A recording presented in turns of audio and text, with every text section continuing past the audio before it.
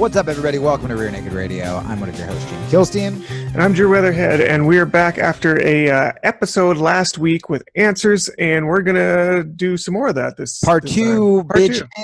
You know what? We got such a good response from the last time that, you know what? We've got a pretty damn good guest coming up next week. I don't know if we want to tease it now or not, but we want to please the fans in the meantime. You're a lifeblood, people. Yeah, I'll just say it, guys. For the longest time, I thought I was abandoned at birth, and next week we're going to have my birth father. He found out I'm doing very well. He's surprisingly tall. He's surprisingly tall. He's a 4-stripe white belt, so he actually found me through the podcast, and he's going to be on. It's going to be an emotional ride.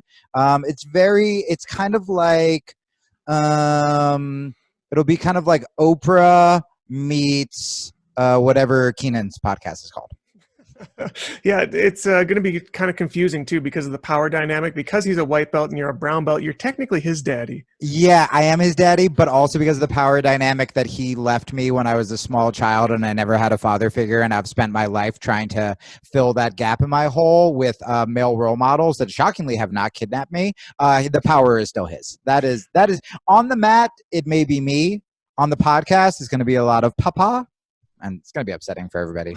But get excited. That one pack of smokes from all those years ago has defeated a brown belt. I know. But yeah, it really took him, like 38 years to finish one pack of cigarettes. So that's weird. Can you fault the guy for nursing it? Yeah. Guys, I just bought a car. So I'm very exhausted right now, but I'm very excited about this. I'm just going to, Drew, cut me off if I get too cocky. Because I'm just going to say what I said to you. So we have a bunch of big guests who want to come on the show. By the way, Angela Hill really wants to come on the show. She has texted me. She's making a lot of noise with like UFC, and she's awesome. But a lot of people want to come on the show. But here's the deal. Look, I love everybody in the Jiu-Jitsu community. I'm not shitting on anybody. But if I see famous guests on a podcast that's not good, or a podcast I don't give a shit about, I don't care that I'll listen to like a couple of seconds of it, and I root for it. I want it to be good. And I go, oh my God, it's fucking, yeah, I want to listen to it. And if the host is bad, I can't fucking do it. And Drew and I, understandably, we're like, we every week want to bring our people the best guests, and we do. Yeah, I think we have a pretty damn good track record. We have a great track record. The fucking emails we get are about us. And when I started thinking about the podcasts I love, it's the podcast that I love the host, and then the guest is kind of a bonus. Mm-hmm. So I'm even thinking we don't even need to have as many fucking Here's what I don't want. I don't want to become the show that if we don't have an incredible guest, we start settling and just doing whoever's doing the fucking circuit, talking about their like, you know, the tournament that's happening in like fucking Tampa, because that's the only place you're allowed to do jiu-jitsu. Like, I don't want to be that show. So I would rather Drew and I, what I think is special, especially like both of us, and we didn't know this about each other, what I think is special about this show is we're not trying to be fucking tough, but we are. We're not trying to be funny, but we are. And we can talk about things that you guys can really relate to, because we're willing to be like, hey, this sucked for me in jiu-jitsu, or this was really hard, or this is where I'm struggling in quarantine, but without being negative. And also be like, no, pick yourself up, but you're not fucking alone. And so I think what Drew and I bring to the table is really special. And if I was a fan of this podcast, I would rather listen to us. And then every 3 weeks, it's like, here's like fucking Chael Sonnen, here's Ryan Hall, here's, you know, a huge guest, instead of just like forcing shit. So I don't know, man. I hope you guys agree. But like, I'm all about like building this fucking podcast up, building Drew and I's relationship up with the audience. Preachy spiel done. No, I don't think you're getting too cocky on that. And I understand too exactly kind of what you're getting at there. I don't know, that was a roundabout way of saying I agree, but yeah, like when I listen back, that was a way to say I agree with like just enough hesitancy that I'm like, oh, he might not agree. Daddy, don't go get cigarettes. Daddy, Drew. Back in a second, I have itching for some lung cancer. No. Look, we've got amazing guests in the past. We've got incredible guests coming up. But like you're saying, our inbox is starting to get fucking flooded by people that want to get on the show. And I think it's more important that we have a good show than we have somebody that's not necessarily is going to help. Like, we're going to be helping them more than they're helping the show. You know? I actually wouldn't even. I would actually take it in a different way, where if we get anytime we get, you know, let's say just like a decent black belt on the show, he has like 10,000 followers on Instagram. They're actually going to hype it way more. A lot of times, I mean, you get Kenny Florian and Huron Gracie who are so generous, but like a lot of times the littler person's going to hype it more because they don't have as much exposure. So we're going to get new fans. What I'm saying is I would actually rather not do that. And I would rather have a fucking, like you said, high quality show with just me and you, maybe not get those new fans, but definitely get them in 6 months when just word of our show gets around. You know what I mean? Guys, this is some insight into the podcast biz. When you're like, hey, I'm a fucking purple belt and have $80 for a microphone, I'm going to have a podcast. There's a lot of like weird little nuances when you're like, why is that guy big, but like that more famous guy isn't? Or why is like, it's very interesting. When you mentioned that last week when we were talking about this, about how these guys are doing smaller shows and you're seeing them all the time and it's just not interesting. Like, you would think that getting, say, like a Hodger Gracie or a Shanji Yabaro on is going to turn people's eyes, but like, you are right. When I scroll past it on Instagram, I just scroll past it. Like, it's not, it's not like I have to check it out, you know? I kind of give like a nod of respect where I'm like, oh, word, they got that guy on. That's cool. Or like the most selfish I'll get is like, oh, we should get him on. Like, if he did that show, we can get him. But like, now with that said, Jean-Jacques goes on Rogan, I'm listening. Yeah. And not even because like Rogan's Rogan, but because Rogan has like a relationship with him. Sure. And I'm like, ooh, I want to see Rogan like to his teacher. You know what I mean? Like, that's like interesting to me. And also it's such a that's why you're bringing your dad on. That's why we're bringing my father on. Yeah. Because he taught me how to not love me, which is why. Sensei of sadness. Sensei. So good, Drew. The Sensei of sadness, the Mr. Miyagi of moping.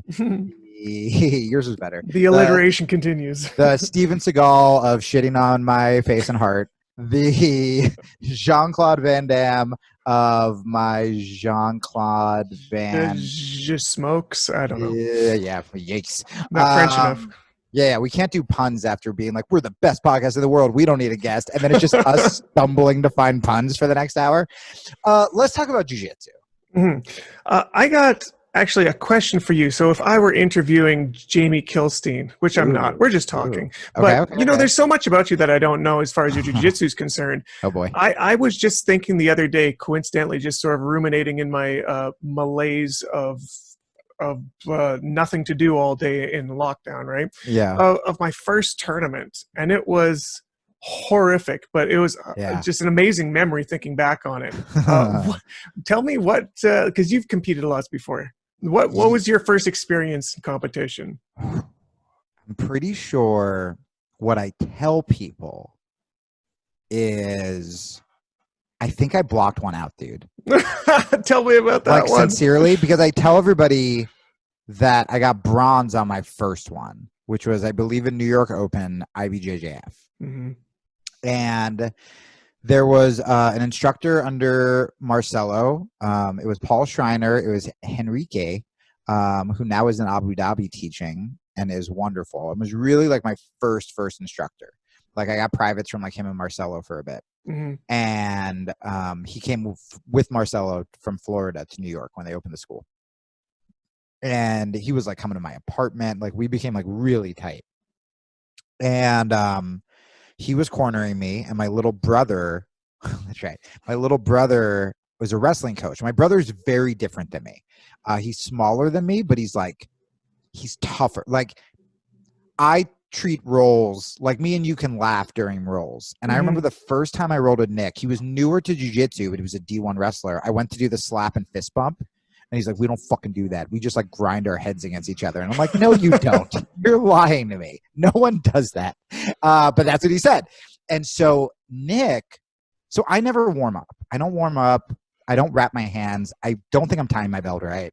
I think I've said this on the show, but when I used to teach Muay Thai, when people would be like, could you wrap my hands? I would always just be like, you should know how to do that yourself. And it was just because I didn't know how to do it. You didn't know how. No idea. You've got training ADD. It's like, let's just get to the thing. That's same deal. Yeah. Same with like music. Like I don't really know how, like, I'm not bending my strings on my new guitar until these like projects I'm recording are done, because I'm like, I don't really know if I know how to change a string properly. But I like for certain know how to play. And so I would always do that with the kids when they were like, can you tie my belt? I'm like, hey, we're here to learn about responsibility. And then I'm like, I have no idea how to fucking do it. And so, yeah, so I don't really warm up before I roll. I'm just like, let's flow roll, blah, blah, blah. And so Nick, so if you guys haven't competed before, the reason warming up is so important is they call it you're getting the bad match out. Mm-hmm. So there's this moment where yep, I just remembered the one I blacked out because old memories surfacing. This should be good. Yeah. So I didn't warm up the first time, and Nick told me to warm up. I didn't have a coach. I went down to Boston just to do it. I was like, I want to do it away from New York, away from my home turf. And I didn't warm up, and because I was like, this is stupid. Why would I get tired before going out? And this is a very white belt thing to think. Yeah. Like, well, it's not entirely wrong as a white belt too, because you have like 2 good minutes of energy. That's it. So you're expected to do multiple 5-minute matches. You're really like, why am I going to burn 110 seconds of my good 120 that I have? That's a pretty good pull quote for the Instagram, by the way. That's the thing as a white belt. You only have 2 good minutes in you. Yeah, dude. And so I remember cursing my brother in the middle because I am beating the shit out of this guy. Robert Drysdale showed me that collar drag, and I have a vicious collar drag. The only reason I like gi, that's like one of my like 3 gi moves, and I do it when I'm mad at someone, and I will plant them across the room. And so I fucking collar drag this guy, blah, blah, blah. Something happens where he like, I was on top, and then he hip escaped and got me in his guard. And the second he got me in his guard, I just felt my body like atrophy. You remember that movie? I couldn't watch it all as a kid because I would cry too hard, with like Robert De Niro and Robin Williams, where they had some disease that like froze them. I think it was called like Awakenings. Patch Adams? Yeah, it was Patch Adams. Yeah, Patch Adams, where Robin was like the evil clown and he would just touch people and they would freeze. Right. Go, ha-ha, and then it'd jerk them off and run away. I remember that. That was in the director's cut. That was in the director's cut of very bad reviews. But, you know, liberal media. And so I just froze up. And suddenly I was like, I can't move. And it's because that's why you get the bad match out. That adrenaline dump happens. And this is also why it's important to push yourself for self-defense, right? And so I lost. I lost on points, but I lost. And then my first real match was that I count is, I got bronze. I forget. This is also funny. So Aniki and my brother were coaching me. He made me warm up and he's like, do burpees. And I'm like, I almost start crying. This is like the first time I weight cut. That's how I feel every time someone says do burpees. Dude, I was like, Nick, I'm going to fucking lose. This Why do you hate stupid. Yeah, I was literally saying that. Like, this is so dumb. I'm going to fucking lose my goddamn match. And, of course, it worked. And I remember in like the semifinals or whatever it is, quarterfinals, going up against this judo guy. And I was always like, judo's stupid. And I still think judo's stupid, but he fucking... Judo's stupid until you have to fight a judo guy starting standing. Then they're terrifying. So he 100% hip through me. And I remember this still to this day. Mid-air, I was like, I have to reverse this when I hit the ground or I'm going to lose. Because I'm such a head case. If someone's beating me, I go, oh, we're done. Can I just go home and eat?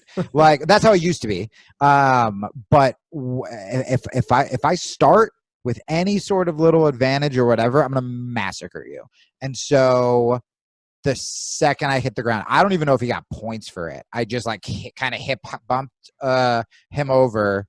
And then, guillotined him pretty quickly. I don't have a good north-south, even though I'm a Marcelo guy, but I can hold north-south well. And then I let them up a little, and then they come into the guillotine. And then, so I'm like, I'm going to win the whole thing. This is when I started to develop my game, whatever. And I see the guy, and I'll say the cliche thing. I see the guy who beat me, who also won the whole thing. Here's how he won. I swear to God. And it's my fault. I'm making no excuse for this. I, like most people, am used to passing guard on the right, you know? I would make a comment about this is the most Marcelo thing to say, but I do the same thing. He was, I guess, left-handed. And if anyone's watching the video on YouTube, he just turned his legs the other way. And I was like, what the fuck is this? Is this cheating? You're not supposed to go that way. I've never learned this. Dude, that's 100%. I was like, this is bullshit. And he just stalled. Like nothing happened. I just kept trying. This is so funny. I was having a conversation with one of my purple belts a little while ago exactly about this. How if we were to get a brand new left-handed white belt, we would teach them to only do moves to the left and always pass to the left. And he'd have such a competitive advantage because of how many right-handed people there are. Yeah. And so I lost that. And those were really my first. I was proud of, like, anytime I lost, I was only submitted once in the Worlds, I believe, in the finals. And then anytime I lost, I feel like it was by, like, advantage. Like, one time I lost because, like, I rolled out of an omoplata, and that counted as, like, a sweep. Mm-hmm. One time I lost because, like, I fell back on an ankle lock, and, like, there was some weird shit. Oh, like, I've done that before. I lost a match to that. It blew my mind. I didn't understand the rules. Drysdale was cornering me, and I, like, I didn't understand either. And so I was always proud where I was like, well, I always fucking went for it, you know? But yeah, that first match completely, warm-ups are stupid. This doesn't make any fucking sense. And then immediately I was like, my body just froze. Like That's a little Patch so Adams funny. turned me into stone, jerked me off, and ran off the mat. That's a classic story. It's funny as you mentioned that. I'm remembering my first competition, and I didn't even piece it together until you said that, but I didn't warm up either, and that explains exactly what happened in my first match. So look, I only had my good 2 minutes for sure. I was a spaz at white belt, and I probably thought that I wasn't. I seem to have like this mixed up memory of, like, I had a hell of a battle in that first match when it was probably just two spazzy cats going at each other. That's how horrible. I feel. Thank God it wasn't recorded, but I do remember that I gassed hard at about the 3 out of 5 minute mark, and I was running on fumes for the rest of it, and I got caught in a guillotine from his close guard, and it was getting tight, but I had like that cotton mouth already, and it was kind of hard. It was kind of gurgly. It wasn't like I'm gonna go unconscious, but it was really uncomfortable, and my body was like shutting down. So I was like, oh fuck, like I probably got like a minute and a half left in this round. Forget it. I just tapped, and I look up, and the ref is looking at me like, oh, you tapped? I was like, yeah. He's like, you had 1 second left. I was like, no. Told me that. Yeah, my coach wasn't there. I was the only one from my gym there. Were you up on points? Oh, I have no idea. I didn't even understand what points were. You might have won. No, you know what it was? It was a sub-only tournament, so I would have not lost. I would have had a draw, but I took a loss with 1 second left. That's so funny. I was super frustrated, and then coming into my second match, I was like, okay. I still don't feel like I have any energy. My arms and legs feel like lead. But I'm going to do this. And I go in there, and like 30 seconds in, just like there was no impact whatsoever, but my nose just started bleeding just for the hell of it. It's like, you know what? We're just going to spring a leak right now. And it just started shooting all over the place. So that's such a nerdy story. That's something that happens on like a high school rom-com where he finally gets a date with the pretty girl. And like for some reason his nose starts bleeding. This is like a I have to go to the bathroom. This is a Japanese animation trope that doesn't make sense until this happened. Where like Master Roshi, you'll see a half-naked girl and his nose starts exploding into blood. For whatever I love how reason. I brought up a nerd analogy and you were like, anime. Let me do that for real. Like, I don't know what any of those words mean. Yeah, dude.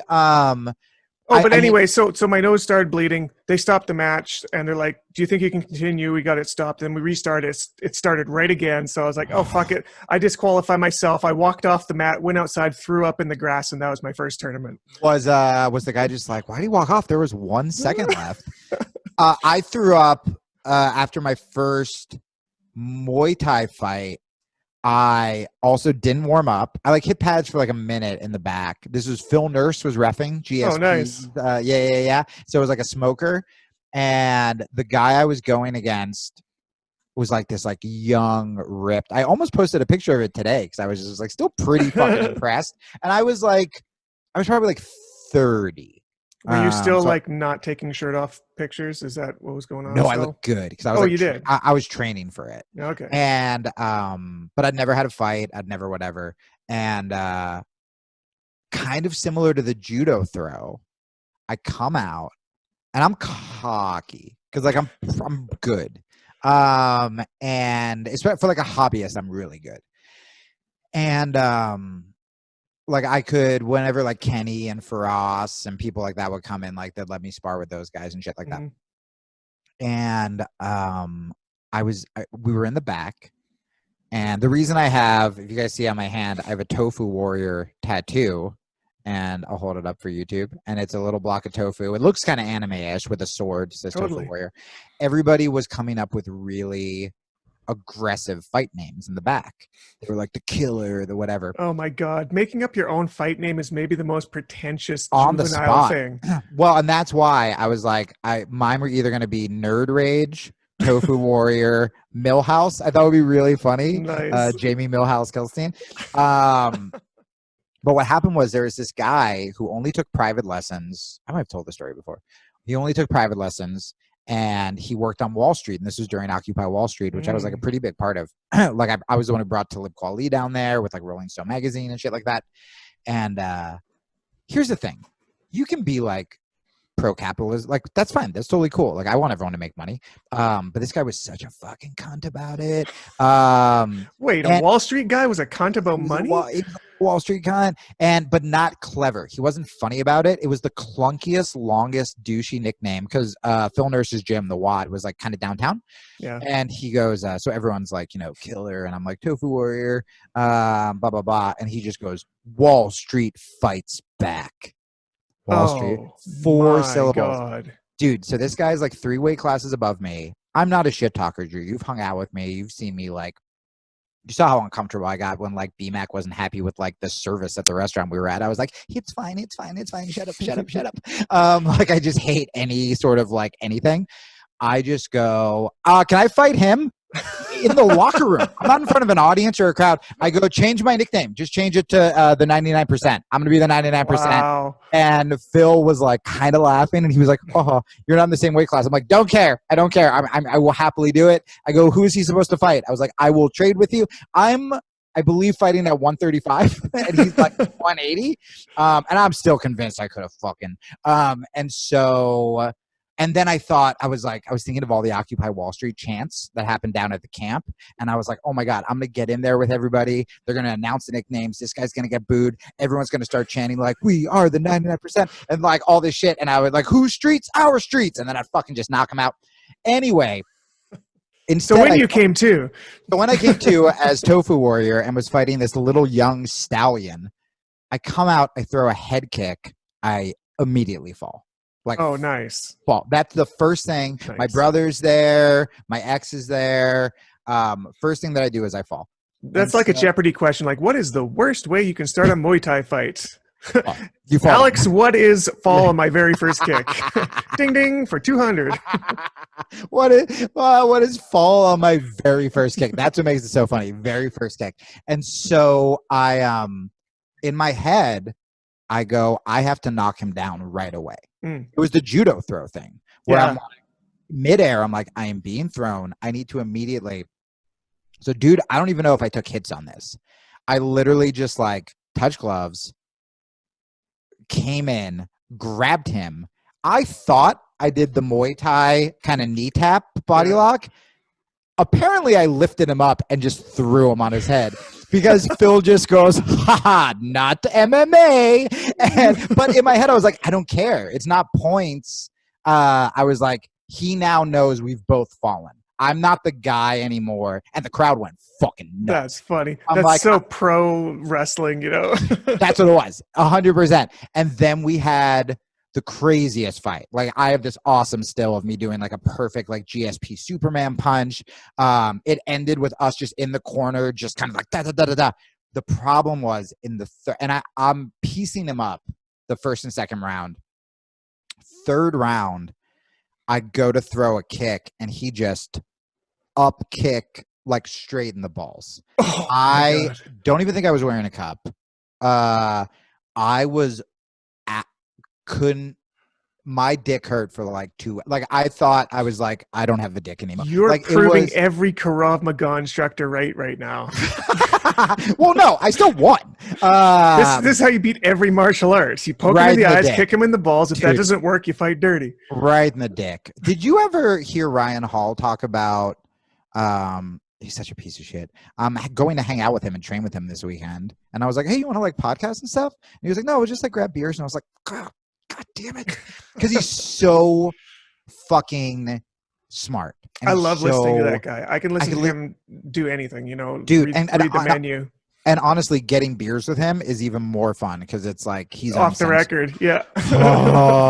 He's please, just like, look, even if you don't get a podcast out of him, please make him take down a belligerent drunk. Yes. Oh, that's one of my favorite videos. But he always talks about this for self-defense for anyone who actually is curious, where he was like, these guys forget that we also have the power to hit people in the balls and to pull hair and to whatever. We just can now do it from a better position, from a, you know what I mean? Like, it's can I tell you a story about this? Because this is so funny.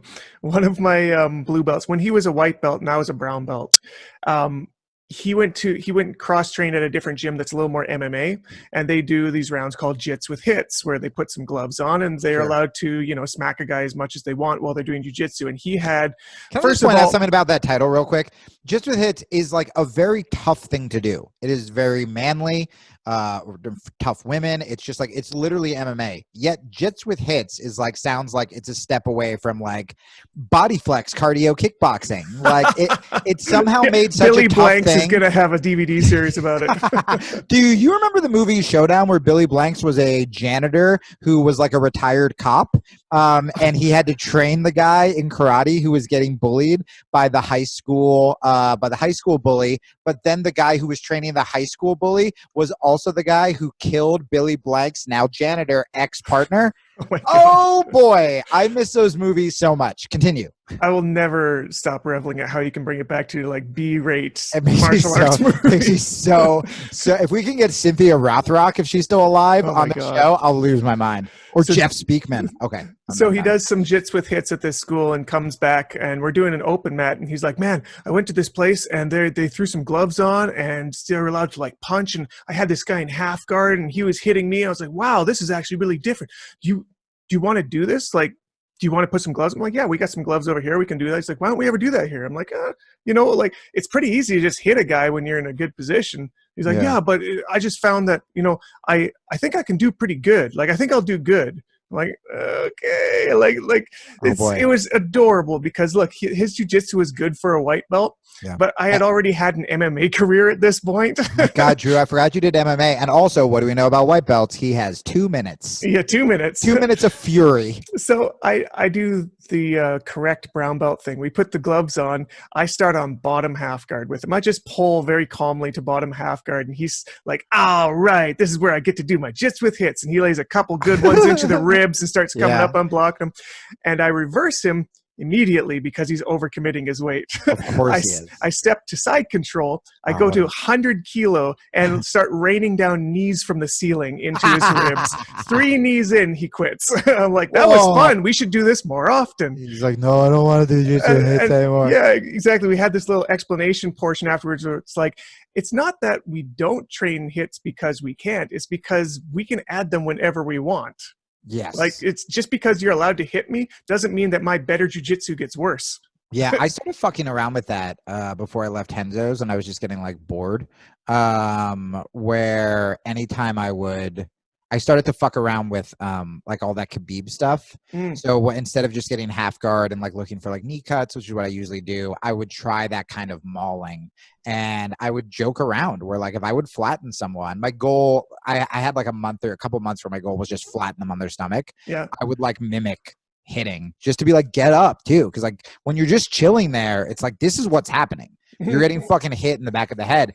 And so to counterbalance me sounding tough, when I went to AKA to train with Fitch and John Fitch and those guys, it was so crazy where I would have luck like snatching my guillotine with my game. But when John Fitch got fucking on top of me, what they do there with wrist control, and this is Khabib, Cormier. Oh, sure.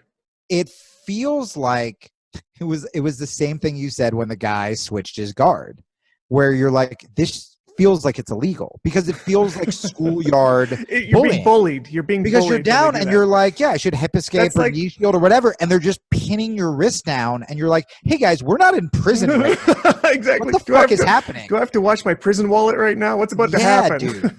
Is prison wallet my asshole? Is that's that what it is? Okay, great. That's what I. Sorry, that's what I keep your figured. 10s, 20s. Thank you so much. My pride, my heart. Yeah, I wanted to shout out our blue belts.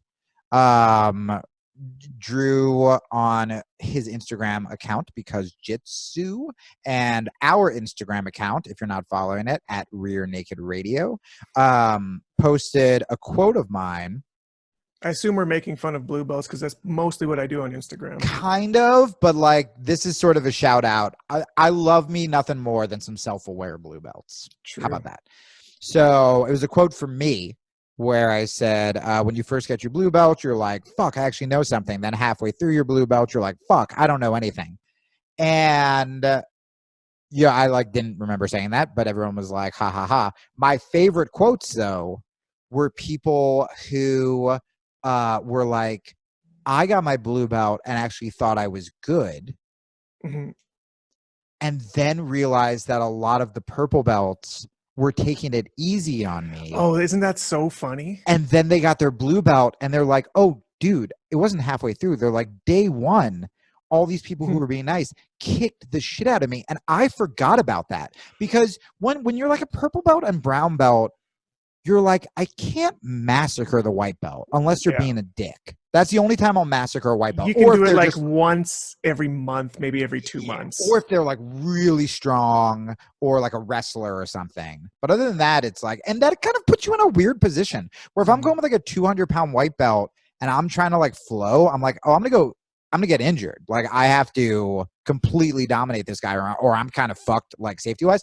But I remember at the belt promotions, especially some of the stronger white belts, the second they were promoted, sitting back there like a jackal against the wall of Marcelo's and just being like, I am going to fucking ruin your day on Monday. Like I beat the shit out of you. And not even in a like I'm very sincerely happy they're getting promoted, but this thing where I'm like, I finally have permission now to do the things that you think I could do. Yeah, it may be the most dangerous part of your entire jiu-jitsu experience is the moment you get your blue belt. Because look, not only do you have every 4-stripe white belt coming for your guts, like they're trying to gut you every round because they're trying to make a point. Like, I should be the blue belt. I'm going to kill this blue belt. And he's the easiest one to kill because he was a white belt yesterday. Yeah. Not only that, but then all of the other blue, purple, brown, and maybe even dickhead black belts like myself will absolutely be like, well, safety's off. You had your chance. Now it's time to show you. This isn't even my final form. This isn't even my final form. Yeah, dude. And like, I feel like that happens with every belt for sure. Like when I got my brown belt, the purples were like coming after me. But the difference is when you get your purple belt or your brown belt or your black belt, you're just way more prepared where you're just like, oh yeah, you can come at me and I'm going to fucking beat the shit out. Like I got a brown belt because I have been consistently beating the shit out of you guys. Just because you're going to breathe a little heavier, we're fine. But when I got my blue belt, I'm like, oh, I didn't suddenly get better. You're a day off of white belt still. Yeah, everybody knows it. All I feel is less stupid putting my gi on because I'm not a fucking adult with a white belt, which is like, that's all I want. I just wanted that to be over. Just like hilarious. Oh my goodness. But yeah, shout out to those blue belts who were very honest about that. That made me laugh so hard. And I legitimately, it was one of those moments where I was like, oh, I forgot about that. And it made me very, very, very happy. I'm going to have to meme that a little bit more because I've had a couple of them that went really well, that did really well because they're along that line of like Yes. when you first get your blue belt and then you realize you're the worst blue belt and barely the best white belt. Yeah. Oh my Yeah. God. Yeah. Because there's always some like savant fucking white belt, and then you can also meme the higher belts sitting in the back watching, Oh yeah. like for as they get promoted. Like Yeah, something. that'll be a Frieza from Dragon Ball Z, not my final form moment. God damn it! Come on, you can't do an anime one if I helped you. I'm like, I'm not gonna get it. Do Baby Yoda? He's so cute. Hey, I got a question for you. Okay. So there was something that came up on Instagram, I think today, that Tom DeBlas posted. Okay. And I, first of all, I get it. Because he's got an instructional on this move that he's promoting, and Was it come after me, Jersey? Yeah, it was very Jersey. No, he's talking about the Kimura as, and I'm pretty sure he like blatantly said it's the best lock, the best position in all of jiu-jitsu. Like it was very like For control by my for, series. Well, you have to read it. Okay. I think he says it's like the most powerful submission, something to that Okay. effect. You'll have to read it. But I was thinking while I was reading this, well, it's probably for hype. I get that. He wants people to buy his shit, and it's a good move, you know? So he's adding some hyperbole to upsell it. But then I remembered Marcelo doesn't use Kimuras. And in fact, that's kind of a thing. Like their school, and correct me if I'm wrong, I want to hear your stories. They don't teach Kimura because they feel like it's a strongman move that isn't good unless you're strong. And then I'm looking at Tom and he's like 100% biceps. I'm like, of course you like the Kimura. Yeah. So I have it here, and I haven't read this, but just so in my opinion, the Kimura is the most powerful, effective submission lock. Hey, by the way, guys, look who can read. Lock in Brazilian Jiu-Jitsu. The Kimura is one of the most basic yet versatile techniques in our entire martial art. It can be used from the bottom and top guard, half guard, butterfly guard, side control, and even back control. In this picture sequence, you will see me effectively. Okay, blah blah blah. I would be in danger. Check out the link in my bio. Use the code. Yeah. Okay. Cool. So, So I mean, look, Marcelo has some kind of weirdness to his teaching. We only play. I like that too. Yeah, we only play to our good side. So I single leg X your right leg. If I go to X guard, it's your other leg. I pass a certain way. There are certain things I do on both sides, like my guillotine I do from everywhere. But yeah, for the most part. And then we just get really fucking good at that. And there are some people, and mostly people who don't train with Marcelo, who will go like, yeah, but he's Marcelo. But we were all doing it pretty fucking well. Did you hear him talk about Kimura? Like, he talked about Kimura and arm triangles. He was the same way. He didn't do a lot of darces. He didn't do a lot of arm in. And yeah, he would talk about how like a lot of it has to do with strength. And I think when a lot of us do visualize the Kimura, we picture our opponent on their side and the big dude kind of like wrenching it up and like cranking it back or whatever. As I got more advanced, I learned little, what's cool is Paul Schreiner, who's like second in command over at Marcelo's, he came up with Dave Camarillo. He came up with, Ryan Hall credits Paul for a lot of his game. So Paul would show us some of that stuff. I agree that it is not a powerful submission for small people, which is, I think, kind of where you were going for that. With that said, it is the best, and I use it all the fucking time for control. And it was actually, it was either Kyotera or Ryan Hall who showed me when we were working out the whole arm bar to back to arm bar over and over with the Kimura. I feel like this is a Ryan detail, and about how the wrist you're gripping, you punch it like a motorcycle, right? And it's magic, the control. So anytime I get to that top position, I'm looking for the Kimura, but rarely, unless it's a blue belt or whatever, am I cranking it. Same with if they're in my closed guard. If they're in my closed guard, if they fuck up, I'll like bait it. But usually it's just to go into like a hip bump or to kind of fake it, to go to a guillotine or shove it back. But like, dude, I can't tell you the fucking last time I finished the Kimura from guard. Now, if I practiced it enough, and I'm sure Tom teaches it technically, there are ways where if you're using arm strength, it's not going to work. But if you glue your chest to their upper arm and you use your body and you get the right angle, it's like, sure. But as a fucking pure submission, like for me, who's probably like, I don't know, and I'm not even like as small as I used to be. I'm probably like 150 right now. But when I was like 165 a couple months ago, I also wasn't using it, you know? But man, as fucking control all day. I will, if I get that, if you're on your side and I get that Kimura, I'm literally going from your back to the arm, to the back to the arm. And like, you're not shaking me off because it is such a fucking powerful control. So that's my diplomatic respect to my Jersey brethren thought on that.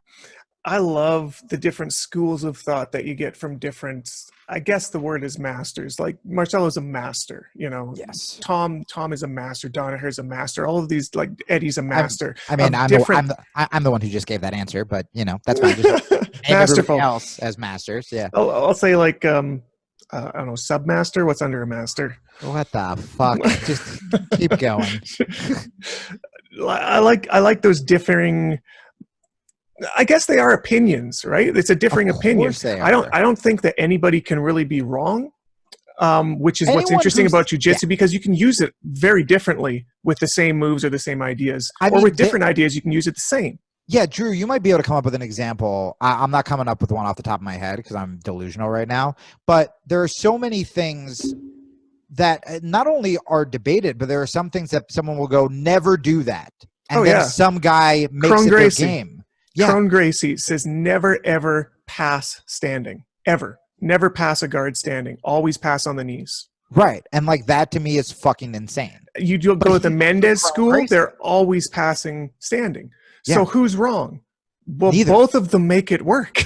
Yes. They have these hardline opinions that they'll drill into their students, which again isn't wrong. They'll show you how to make it work and make it work at a very high percentage. But I think that there's lines that get drawn in the sand that don't make sense or that aren't necessary. I've had people tell me not to guillotine in the gi, and there are a lot of times I'll actually get more guillotines in the gi because people. Wait a sec. Is a guillotine without the gi, and a guillotine is when you have it? Nice, master. And I will. A lot of times I get it more because people are dumb and they hear that you're not supposed that people don't guillotine in the gi, and they think that little piece of cloth is going to protect them, and so they're not tucking their chin as much. So I'll leap over their guard into the guillotine because they're not even fucking looking for it. And so it's like, hey, I wouldn't tell your students that like people don't guillotine in the gi because I'm the guillotine everybody. So you can make things work. Like, I mean, there are certain things where it's like, don't cross your ankles if like you have someone's back. It's like, all right, well, we're telling you that because you're in danger. But if the way they tell students never pass to the left side. But if someone says definitively like this doesn't work, there's always part of me that goes, I'm going to make it work. Because like you can't say like this game is the best or this. You can say that this game is the best for me. And for everyone who is, you know, in jiu-jitsu, not a high-level black, I mean, even high-level black belts listening to this, it's like, it's what Bruce Lee said. It's like you learn from everything, take what is useful, disregard what is useless, add your own. And there are classes that I'm watching and right away I go, shit, I'm not going to use this technique. But then I'll go, what kind of weird concept can I get from this? Because I just know like, this isn't really my game. I'm going to practice it. Maybe I'll find myself in that situation, but I'm not going to ignore it. And like, I'm so glad I came up with Marcelo. And, you know, Marcelo's teaching sounds crazier, but when I, you know, learned under Danaher and Sean Williams, they're so technical, but I'm fucking not, I don't learn well that way. So the Marcelo route was way better for me because it was just like simple and efficient. And, you know.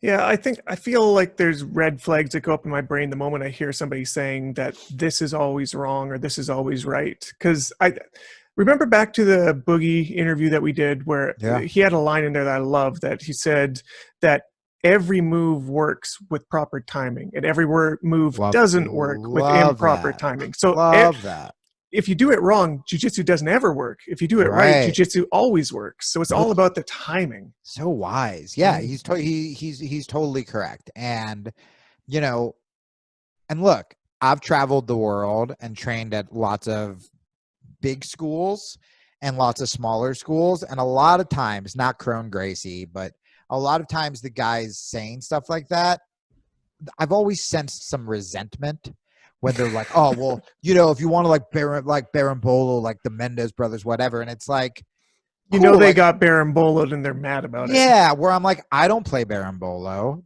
but like, are you mad that the Mendez brothers are more famous than you? And like, that's where, because you could, and what you could be is like, hey, we don't really play Berimbolo at this school. We're going to teach it this one time because you need to know how to defend it.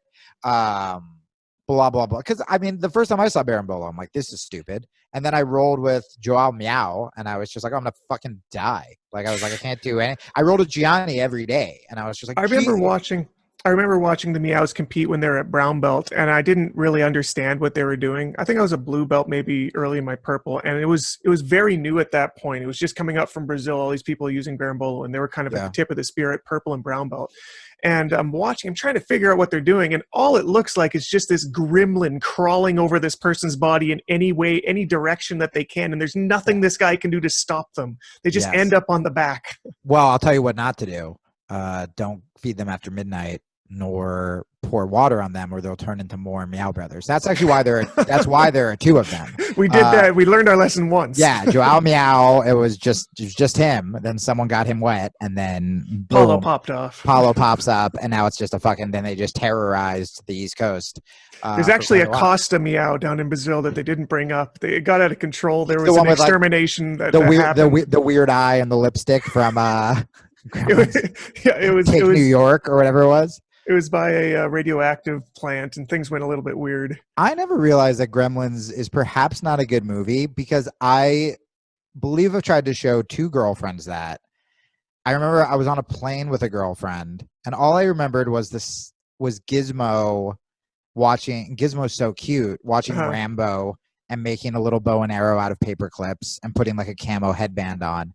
And I remember I put on Gremlins, and the first Gremlins, it's fucking weird. It's dark. There's a racist neighbor. It's so gory. It's so 80s, though. Like, it's so 80s. It was PG somehow, even though it gave me nightmares. Right. But I forgot that all I had in my head was Gizmo going like with his little paperclip bow and arrow.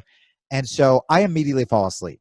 So my girlfriend is now stuck on this trip to Australia watching Gremlins, which I insisted we watch together. I fall asleep 5 minutes in. She wakes me up and she goes, what the fuck was that movie? And I'm like half asleep. And I just go, yeah, but didn't you see when Gizmo had the bow and arrow? And she goes, no. And I go, oh, that was Gremlins too. All right, I'm going to go back to sleep. And then I went back to sleep. I was like, my bad. And so when you landed in Australia and found a new girlfriend. We watched Gremlins too right away. I was like, back to the hotel. Don't touch me. We're watching Gremlins too. There was one more jiu-jitsu. How long have we done? Let's see. We're about 50 minutes in. Okay, cool. So we'll wrap this up shortly. Well, first, guys, we need to tell you. All right, I'm just gonna confess. I know we didn't plan this, Drew, but I'm just gonna do it. You're not gonna tell them, are you? Yeah. Okay. The spiel in the beginning was a little. The whole cocky, like, you want to hear me and Drew relationship. All right, this is kind of, I guess, breaking news. So we had lined up, we had Israel lined up for the show. I guess I can say that. Ryan Hall, I was going to LA to interview him. We kind of tried to make a joke about that. A couple other guys we had lined up for the show. And I guess, I mean, it'll probably be on the news by now, but they were murdered by terrorists. They were murdered by terrorists. So I don't know how they've kept it under wraps for this long. Dana White really was trying to kind of, because now people are like, are the terrorists tied to Dana White? Were they doing this because no one wanted to fight Ryan Hall and Israel's last fight was questionable and Dana was trying to punish them? There have always been rumors that Dana had like mob ties. I never knew that there were rumors that he was tied to terrorists. But fucking, I don't know, man. I mean, you learn new things on Rear Naked Radio. You know what the odd thing was? Because I've seen the footage. It's leaked out. I know you have. You've seen as well. the footage? Well, I sent it to you. Did you check that out? It's got. You I can tell. I never watched that shit. It just like it freaks me out so much. Well, you can see it if you zoom in a little bit. You can tell that the assassins are wearing. They're wearing like cheap Pakistani gis. It was the weirdest. No, I know. It's not who you would expect. But hold on, let me watch it now. Yep. There's a Pakistani gi. That's brutal, right?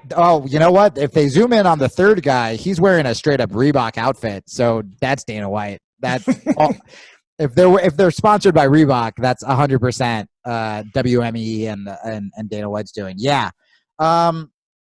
I mean, this seems inappropriate because there was so much death of some of our heroes and great fighters, but our sponsor on this show not only was Jocko, a Navy SEAL who fought terrorists. That's right. But and I'm sure once he finds out about this, we'll try to re-enlist because that's what Jocko does. But they also have gis, and their gis are made in America. And once again, one of our goddamn fans on fucking Instagram who doesn't listen to the fucking podcast, I wore my Origin gi in my newest sketch. That sketch blew up. Oh yeah, that's good. And they were like, I just ordered my Origin gi, and I was like, no, because they didn't use our fucking promo code. Guys, you'll get 10% off, and also they will keep sponsoring us. If you want to buy a non-terrorist, I feel like saying non-Pakistani just sounds racist. Made in America. If you don't want to support the people that killed Israel Adesanya and Ryan Hall, and possibly are in league with WME and Dana White, unconfirmed. We're not legally binding ourselves to that. Oh yeah. This is all allegedly. Do you think that allegedly there's at least one terrorist who's like, we are getting ripped off by this Reebok deal, and like they're trying to like, there's like a little terrorist like Leslie Smith, and like they're trying to like unionize over there where they're just only the big terrorists are getting the payday. Like we just get these stupid white diaper shorts. They got their head terrorist guys like custom Reebok shirt and it's spelled wrong. So good. And so guys, yes. Also I'm traveling. I went from completely quarantined for 3 months to buying a car today, driving 8 hours to Los Angeles. I will be hanging out with Keenan, Ryan Hall, Kenny Florian. I'm so excited. I'm just making some fucking connects for Rear Naked Radio. Ryan Hall texted me out of nowhere and was like, hey, you still live in LA? Want to hang out? And I was like, yeah. I can like get to LA easily, and then like sprinted out and was like, I need to buy a car, and I'm driving 8 hours by myself.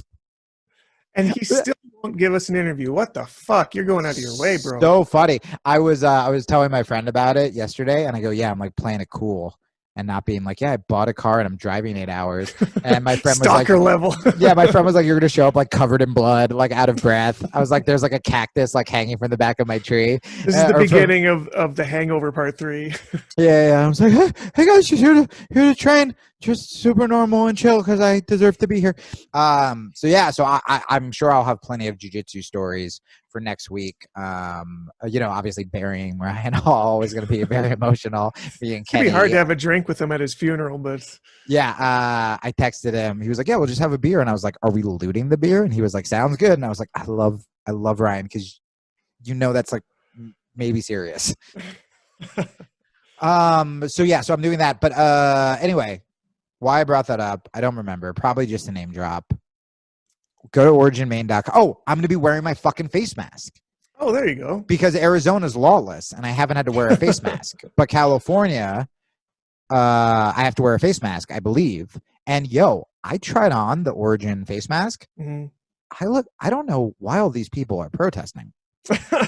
Just get your fucking face mask from Origin. Because I was like, I look bomb. I look fucking awesome. Like, I'm curious if you might have to tell me this after you wear it for a while, but if you wear it for long enough and take it off, will your face feel nude? Interesting. Like, will you feel like I'm exposing my mouth? That's sassy. face. Yeah. You can see my mouth hole. Ooh.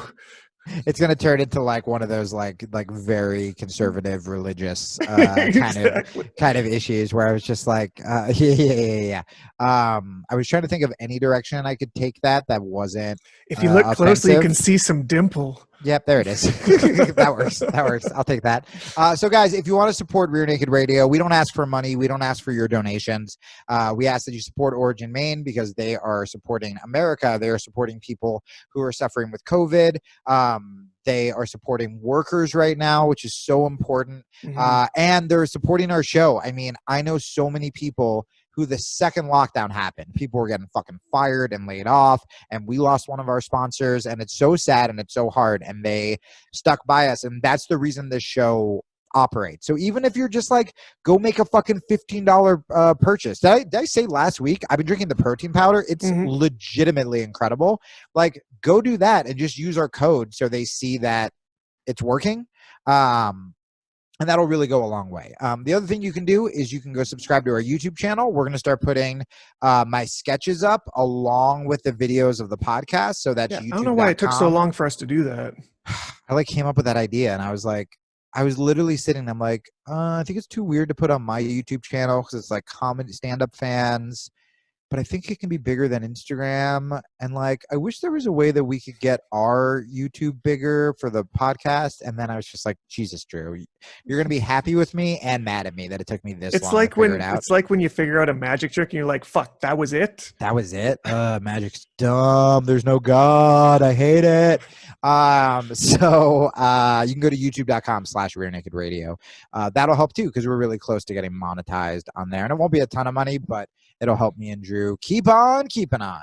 Help Jamie get over his dad coming back into his life, and it's really definitely hard. Bringing in the sensei of sadness. I think that's why. Oh, speaking of sensei of sadness, guys, don't ask questions. You can figure it out on your own. Not moving to San Diego. Everything's fine. All right. Yeah. How much changes in a week? My fucking life is so insane. It's so insane.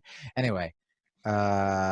So legit, guys, though, check us out on YouTube. Check out originmain.com, promo code Rear Naked for 10% off everything. And we do have a pretty kick-ass guest. Should we just drop the name right now? Because I know we got him. We got a world champion coming, an American world champion. Hell yeah, right? Isn't that USA? There you go. Freedom fries. Freedom 9/11. Wait, that was bad for us. Illegal war after 9/11. Why don't we leave it at that and make them guess? So if you can figure out who our American world champion, Mundial champion guest is next week, let us know in the DMs. You know it's not Ryan Hall. He's dead. That's true, and he hadn't won the Worlds in the gi. But I just very American. I just want to be funny. Okay. It was hilarious. You did great. Thank you so much. And then what else do we have? You know what, guys? I've been on the low. I recorded my reverse Kimura half guard series, which is going to be the addendum, the brother series to the closed guard series that's been going wild. There's two reasons why I recorded it now. One, because we're still on full lockdown up here. So if you're a cop, plug your ears. I definitely recorded this when we shouldn't be doing jiu-jitsu, but this is why I had to, is because I make my money off of doing jiu-jitsu, and my gym is not getting any cheaper. So this is two-part. I may not have a gym to do this in a few months. And second part is this will actually help it stay open. So I'm very excited to get this series out there, and legitimately it could be what saves my gym. Yeah, guys, you have about a month. If a cop did hear this in Canada, it takes a while. He has to go find a moose, and then he has to train the moose, and then he has to battle a beaver. He has to battle a beaver. He has to teach the moose directions. That's a disaster. It's like a fucking Disney movie. And then he has to find Drew's gym, but then like the moose is probably going to want to go on like little side adventures. Anyway, Drew has about a month before he's taken away. I mean, you could probably outrun the moose by the time they get there. Moose pretty fast, surprisingly fast. Are they? Surprisingly. All right. Yeah, that's fair. Canadians are just really slow, guys, but let's make Drew believe that moose are fast. And guys, my friend, she lives in Canada, and she sent me a video. She was so mad because she said Canadians hate geese so much. And she showed me a goose like marching in front of her car really slow. And she goes, look at this shit. And I was like, Danny, you're just making me love geese more. No, you don't understand. There's geese gangs up here, and they will fuck your shit up. Yeah, but this one, and I say this with it's just the only way I can say it, you guys, was walking like a sassy fat black lady down the street and was just like, you go around. And it was the greatest fucking thing I've ever seen. And I was like, this just makes me love geese. Like, didn't give a fuck. Like, that fucking ass was like swaying in the road. Like, they're afraid of nothing. Nothing. They will back a car down. Dude, it was fucking so amazing. Anyway, there's some Canadian facts for you guys. I might have stand-up shows coming up soon. Ooh, what? They still do stand-up? I didn't think that comedy was going to survive this thing. They're doing this at like 25% capacity. They better let only the people who laugh in. They better test them at the door. They're taking temperature. Like, different clubs are doing different things. But my friend Jeff Dye went out. Brad Williams went out.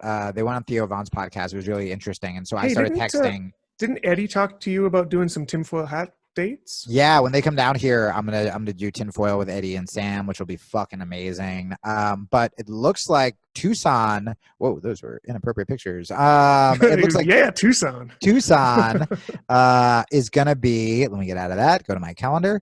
Tucson is gonna be, I believe, June 20th or 19th and 20th. Either the second to last or the last weekend of June.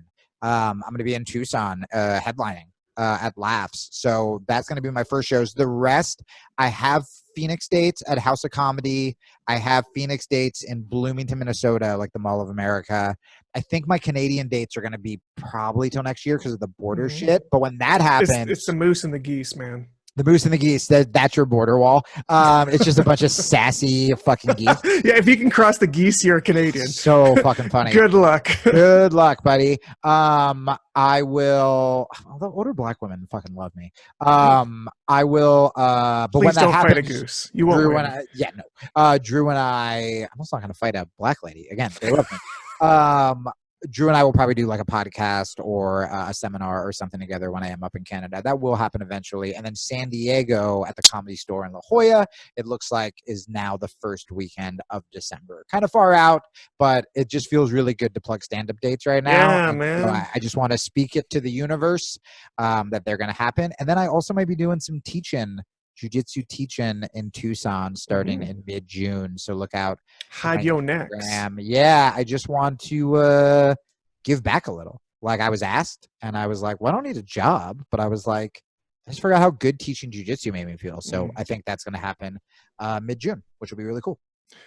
Right on, guys. Well, we will see you next week. Thanks for hanging in there. We have got a lot of good plans coming up here. And shit's gonna get really fucking big, and I love that you guys are the OGs. I love our community. I love hearing from all of you guys on Instagram. My DMs were like blowing up already.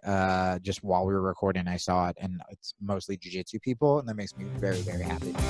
Pathogens, you rock. We'll see you next week. Bye.